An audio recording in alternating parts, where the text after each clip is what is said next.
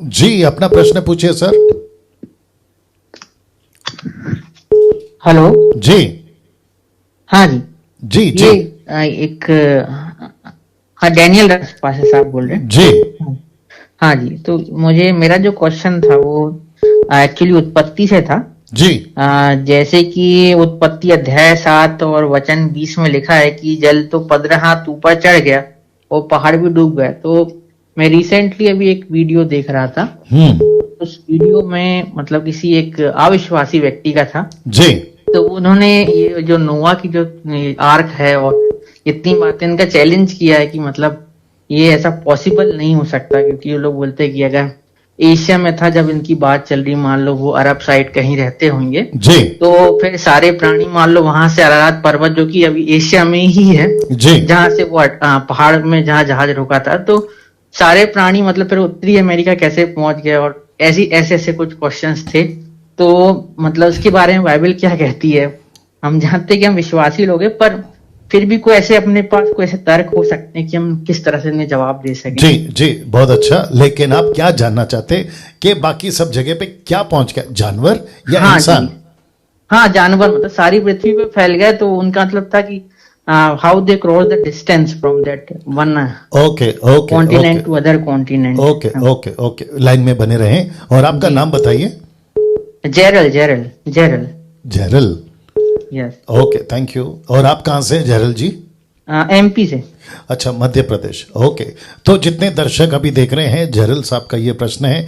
जहरल साहब जो है वो मध्य प्रदेश से हैं और इनका कहना है कि कोई यूट्यूब के ऊपर अविश्वासी इस मुद्दे को उठाता है कि नूह के टाइम जो जहाज रुका था पहाड़ के ऊपर, और वहां से बाकी सारी दुनिया में ये जानवर, पक्षी या जो भी है, ये कैसे फैल गए। इस मुद्दे को उन्होंने, अविश्वासी व्यक्ति ने यूट्यूब पे उठाया, और भाई ने जो है वो यूट्यूब देखा और इनको लगा कि ये जो प्रोग्राम है पूछो जो भी पूछना है, उन्होंने कॉल किया और ये प्रश्न मेरे सामने रखा, जिसका मैं उत्तर अभी आप लोगों के बीच में देना चाहता हूं। मुझे लगता है कि 575 लोग हैं फेसबुक और यूट्यूब पे। मैं फेसबुक पे लाइव इसलिए वापस आ गया हूं क्योंकि बहुत लोगों ने कहा कि हमको यूट्यूब चलाना नहीं आता, यूट्यूब पे कैसे ढूंढे नहीं पता चलता, जिसके चलते मैं नहीं चाह रहा था कि किसी प्रकार का उनको दिक्कत हो, इसके वजह से मैं वहां पे आ गया। लेकिन यूट्यूब पर जिसको कहते हैं ना ऑफिशियली, यूट्यूब के ऊपर ये प्रोग्राम आप लोगों के लिए चलता रहेगा, ठीक है ना।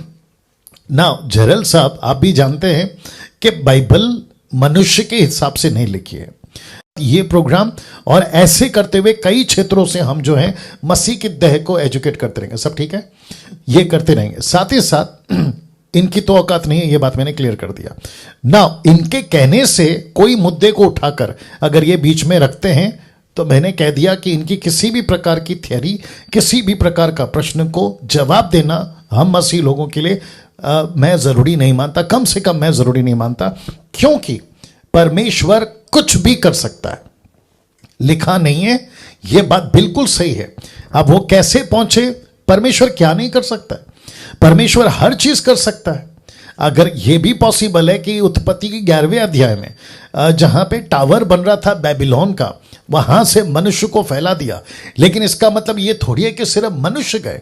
यह भी तो हो सकता है कि वो 8वें अध्याय से 9वें अध्याय से लेकर 11वें अध्याय तक का वो जो युग पीरियड है या जो ईयर्स है, जनरल साहब आप सुन रहे हैं ना? जी जी जी हाँ, उत्पत्ति के 8वें 9वें अध्याय से लेके उत्पत्ति के 11वें अध्याय तक का जो पीरियड है, टाइम पीरियड है, वो कितना है, वो भी तो देखना होगा ना।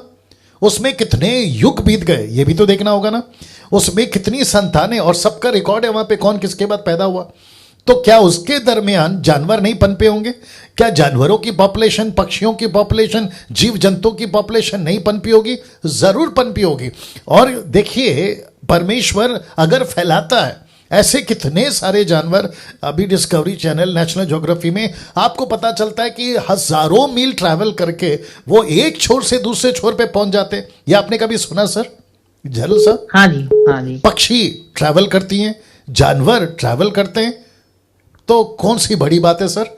और उन दिनों में आसान था ना। एक्चुअली इसके सपोर्ट में एक ये भी पहले बता दिया कि सारे जब कॉन्टिनेंट सारे जुड़े हुए थे, पहले जो हमारे जो ज्योग्राफी में भी देखा गया है, टोपोलॉजी में, जी, कि कॉन्टिनेंट पहले सारे जुड़े हुए थे और फिर बाद में ये दूर होते गए। राइट। तो जैसा लिखा है अपने उत्पत्ति में, लिखा है कि एक सिरे की ओर पानी इकट्ठा हो गया सृष्टि की रचना में, तो एक तरफ इकट्ठा गया और जो बड़ा भाग था उसे स्थल कहा गया, पृथ्वी कहा गया। मतलब इससे भी हम ये समझ सकते हैं एक और इकट्ठा हो, मतलब पहले तो ऐसे कुछ नहीं हुआ कि बीच बीच में टुकड़े में पानी भर गया होगा, ये बाद में हुआ है। राइट। तो इससे भी अपन समझ सकते हैं। हम थोड़ा टाइम का थोड़ा सा वो ये था कि टाइम हम जज करना थोड़ा सा हमारे लिए अभी के प्रेजेंट जो जनरेशन है, जो साइंस की है, इसके अकॉर्डिंग बाइबल का टाइम करना बिल्कुल हम जज नहीं कर सकते। एग्जैक्टली। नाउ तो उस हिसाब से भी अगर हम देखें तो उनको ये आंसर दे सकते हैं। बिल्कुल दे सकते हैं सर, बिल्कुल दे सकते हैं। और मैंने कहा ना कि इनको ये किसी भी मुद्दे पे सवाल उठाकर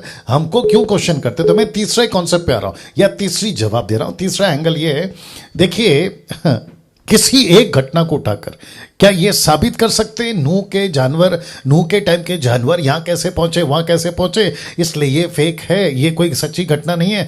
तो फिर बाकी का क्या? जरल साहब आप सुन रहे हैं ना, बाकी का क्या फिर? तो एक आधार पे किसी एक चीज की घटना को अगर ये कहते हैं कि ये तो मिसमैच है, तो क्या बाकी पूरी चीज को भी गलत ठहरा सकते हैं? सर वो एक था और ये उत्पत्ति में लिखा था, उत्पत्ति 6 और 4 नहीं, वहां पे बाद में जाएंगे जरल साहब। हाँ। वहां पे बाद में जाएंगे। मैं क्या कह रहा हूं, क्या किसी एक घटना को इनके हिसाब से, हमारे हिसाब से नहीं, इनके हिसाब से एक घटना को उठाकर बाकी पूरी बाइबल की बातों को हम गलत साबित कर सकते हैं क्या? मैं ये कह रहा हूं। नहीं, बिल्कुल नहीं। एग्जैक्टली, मैं भी तो वही कह रहा हूं।